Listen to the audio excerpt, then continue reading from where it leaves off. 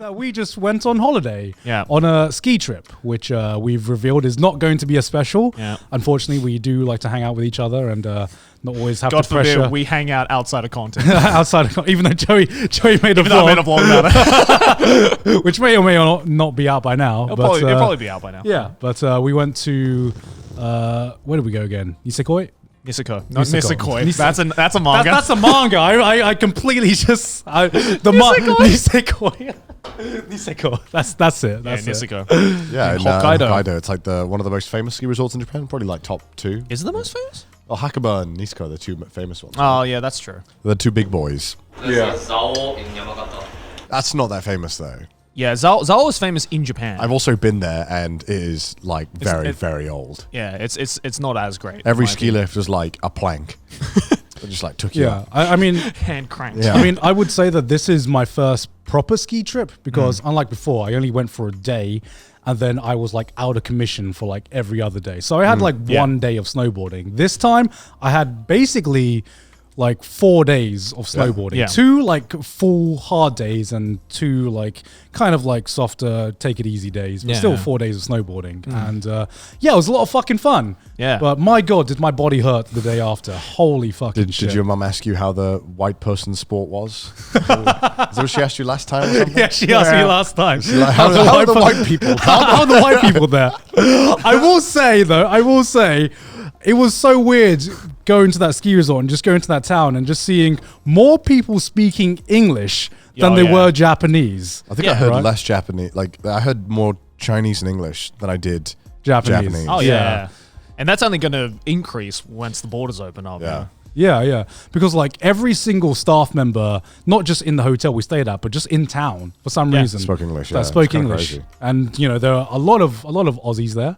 A lot of Aussies there. And if they weren't speaking English, then they were basically speaking Mandarin or Cantonese, and then you had the very few people who were just speaking Japanese. The Japanese people were literally in the minority, from what I could see, and the country's closed off. So how bad is it going to be when the country actually opens up and tourism comes back in? Because I remember when I worked in Hakuba, which is the other famous one in Niigata. That is like. It's like almost 99%. Nagano, you mean? Sorry. Sorry, Nagano. Yeah, sorry. It's like 99% Australians.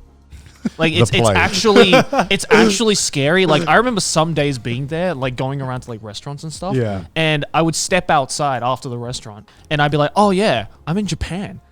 Because when you're inside the restaurant, everyone's Australian. True. Yeah. So it feels like I'm back home in Australia. It feels like every country has their national pests. Yeah.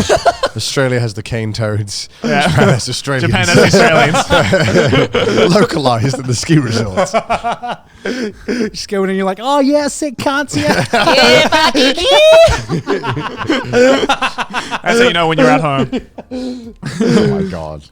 No, because it was super surreal for me being in a place which was, very clearly Japan, but all the signs were in English, the menus were in English, and all the staff members spoke English as well. It was weird, man. It was weird. Like I tried my best to speak Japanese to like anyone I met, whenever I went to a cashier or something, and anytime I did, they would just always reply back in perfect English. That's funny because when I was booking the hotel, actually I booked the hotel for us all. When I booked it, right, I asked for a shuttle service to pick us up because it's like 2 hours, 2 hours and a half from the airport. Yeah. And I was like, well, there's, on booking.com, it says they have a shuttle service. I was like, oh, great. So I clicked it. 2 days before, they messaged me. They're like, by the way, we don't have a shuttle service. And I was like, what? What do you mean you don't have a shuttle service? They're like, we don't have one, but we can help you get one. You just go to these links and get the bus. Yeah. And so I go and look for the bus. There's no seats left on the bus. I'm like, oh shit, what do we do? So I called up the hotel, and then I remember. So this is where I talked to the guy, and I'm like, oh, is English okay in Japanese? And he's like, in English, he goes, oh, thank God. He was like, yeah, that's great, that's perfect. I was like, yeah, I don't really like speaking Japanese. And I was like, oh, great, all right. He was like from the Philippines or something. Okay. And I was like, all right, sick. And he was like super chill. He was like, yeah, we'll get you a taxi, mate. You'll be all right. Yeah. Very expensive taxi. Oh my God. Yeah. We fucked up. We didn't book beforehand, like normal people, because we booked the trip pretty late as well, right? Like 2 weeks before. Yeah. Yeah. So it was like quite expensive, but it was good though. But like it was like smack bang in the middle of the season as well, so it's probably like the most amount of people. But it was really good. Chill. Yeah, still It's very really good. chill. I will say this was like probably the coldest weather I've consistently been in because like throughout my entire life, like the coldest weather I've really had to deal with is like -5, -6, right? Oh God. So how did you manage? Huh? How did you manage? So like in my mind, when you guys were telling me to pack winter clothes, pack all these different kind of like, you know, thermal gear and everything like that, I'm just like, it's cold. I get it. I know it's going to be cold. Nothing in my mind could process really just how cold it is up there and just how cold it feels. Because to me, like it gets to -5 and anything below -5, I'm just like, motherfucker, it's cold. And I'm like, I know, it is cold, you know? Yeah. That's how my mind processes it. Yeah. But I didn't like, my body wasn't prepared for just like the different types of coldness because it just never had experienced that before. At least like not to such a big degree, because I've been in, you know, Wisconsin in winter and it gets fucking colder in there, but we just stay inside all the time. We're not out there fucking snowboarding, skiing and all that shit. Yeah. To put it in perspective, I think every day on average it was like -10 or 11. It was it was minus like 16 at the top as well. Yeah, it was At minus night, wind. it like shot down even lower. Yeah. Like, because you'd wear like this, I don't know what you call it, not a balaclava, but like just like a cloth. Like a face mask? Yeah, That's not kind a of face face mask. mask. Yeah. Well, it's just like a piece of cloth that you put underneath your mask that blocks here so that you don't Yeah. freeze your face off. Yeah. But like one of the days it was so cold that like after like one run of going down like one of the things, I tried to touch it and it was rock solid. Yeah. Like it like wouldn't move. It just like froze. frozen Yeah. over. Yeah. It was Yeah. crazy. It was so cool though, man. It was such a cool ski resort. It was. I guess being in that kind of cold weather or being in that kind of cold place kind of put things into perspective for me with that. If you are like ill-equipped, like just to go outside for like a quick walk or something, you'll probably die, you know? And I guess I've never been in an environment where I've needed to worry about just having basic gear to protect myself from the weather. Otherwise my life would be in danger. You know what I mean? Yeah. And like it gets cold, but it's like bearable. Right? yeah, it gets cold, but like just run to the nearest combine, innit? Or just run to the Yeah. nearest Tesco's and just warm up. You run a bit more, but like The nearest combine was like 30 minutes away. yeah, because there was nothing open, right? And I remember when we arrived to the hotel, we got greeted by the receptionist and everything like that, and he said, "Oh, you know, if you want to go into town, make sure you book a taxi, because if you don't book a taxi, every taxi is going to stop at about midnight." Yeah. And they've had some people that have gone into town, which is a bit further away from the ski resorts, and had no way to get back in like minus 10 weather. It's like a 20-minute drive. It's like a 20-minute Yeah. drive, yeah.